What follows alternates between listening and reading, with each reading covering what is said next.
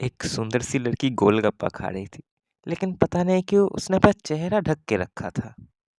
मेरी तो बस शादी होने ही वाली थी। मैं तो एकदम रेडी हो गया था शादी के लिए। असल में मैं और मेरा एक दोस्त साइकिल लेके बहुत दिनों के बाद घूमने निकले थे। मैं सूर्या आ गया हूँ एक नई कहानी के साथ क्योंकि आज है संडे। एक मिनट, आज तो मंडे है, संडे तो नहीं है। अरे ये क्या हो गया? तो मैं थोड़ा लेट हो गया हूँ नई कहानी लाने के लिए। इसका कारण मैं वीडियो के आखिर में बताऊंगा। तो तब तक बिना टाइम वेस्ट किए शुरू करते हैं हमारी आज की नई कहानी, wedding chaos. Who is the groom? पहले ही बता दूं, ये सपना मैंने देखा था 3 साल पहले। लेकिन इस कहानी की जो इस स्टोरी की जो टाइमलाइन है वो है आज से 2 साल बाद की, मतलब फ्यूचर की। तो कहानी कुछ इस तरह से शुरू होती है कि मैं और मेरा एक दोस्त एक दिन साइकिल लेके घूमने निकले थे। मेरा ये दोस्त, हाँ यही वाला। इसका नाम है बिट्टू। नहीं, ये इसका असली नाम नहीं है, बल्कि इसके घर वाले इसे इस नाम से बुलाते हैं। पर तुम लोग इसे याद रखना, क्योंकि ये आगे भी कुछ और कहानियों में भी ये आएगा।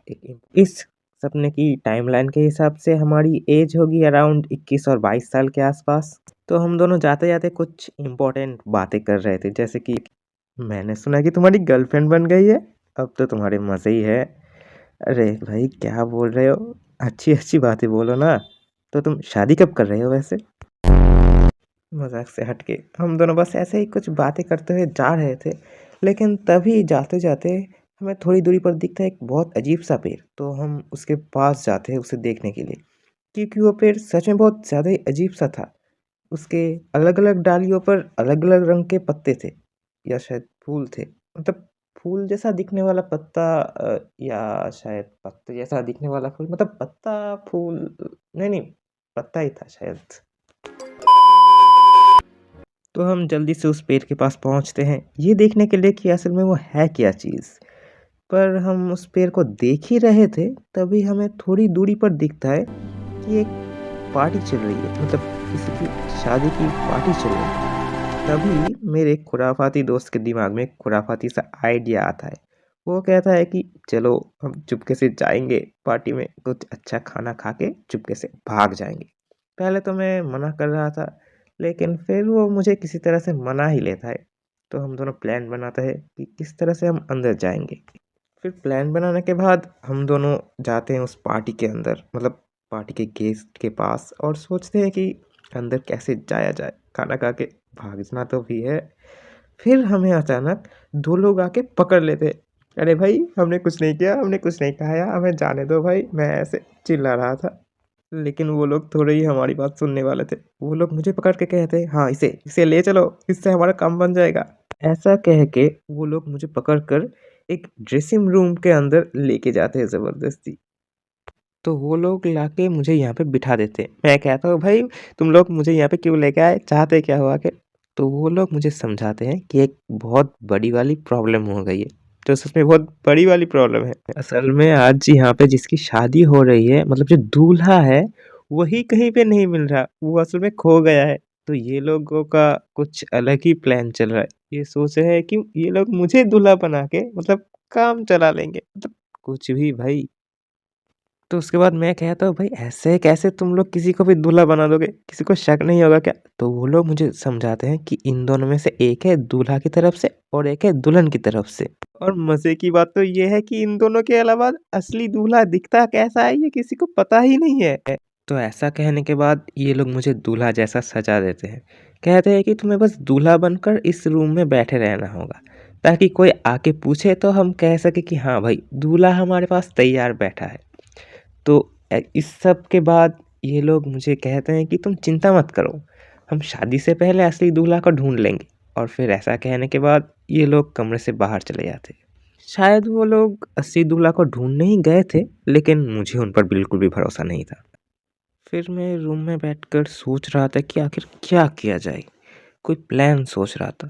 फिर मैं क्या करता हूँ, उठ के चुपके से रूम से बाहर निकल जाता हूँ।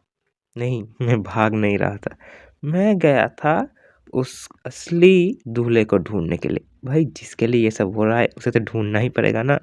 तो मैं उसे ढूँढने की कोशिश कर रहा था, लेकिन थोड़ी ना मुझे वो मिलता, क्योंकि मुझे तो पता ही नहीं था कि वो दिखता कैसा है। दूल्हा तो नहीं मिला, लेकिन सामने एक कॉफ़ी का स्टॉल मुझे दिख गया था। तो मैं वहाँ पे गया कॉफ़ी पीने के लिए। सोच रहा था कि कॉफ़ी पीने के बाद शायद मेरा दिमाग खुल जाएगा, कोई आइडिया निकल आएगा। लेकिन बहुत देर सोचने के बाद मुझे कुछ समझ में नहीं आता कि आखिर मुझे वो मिलेगा कहाँ?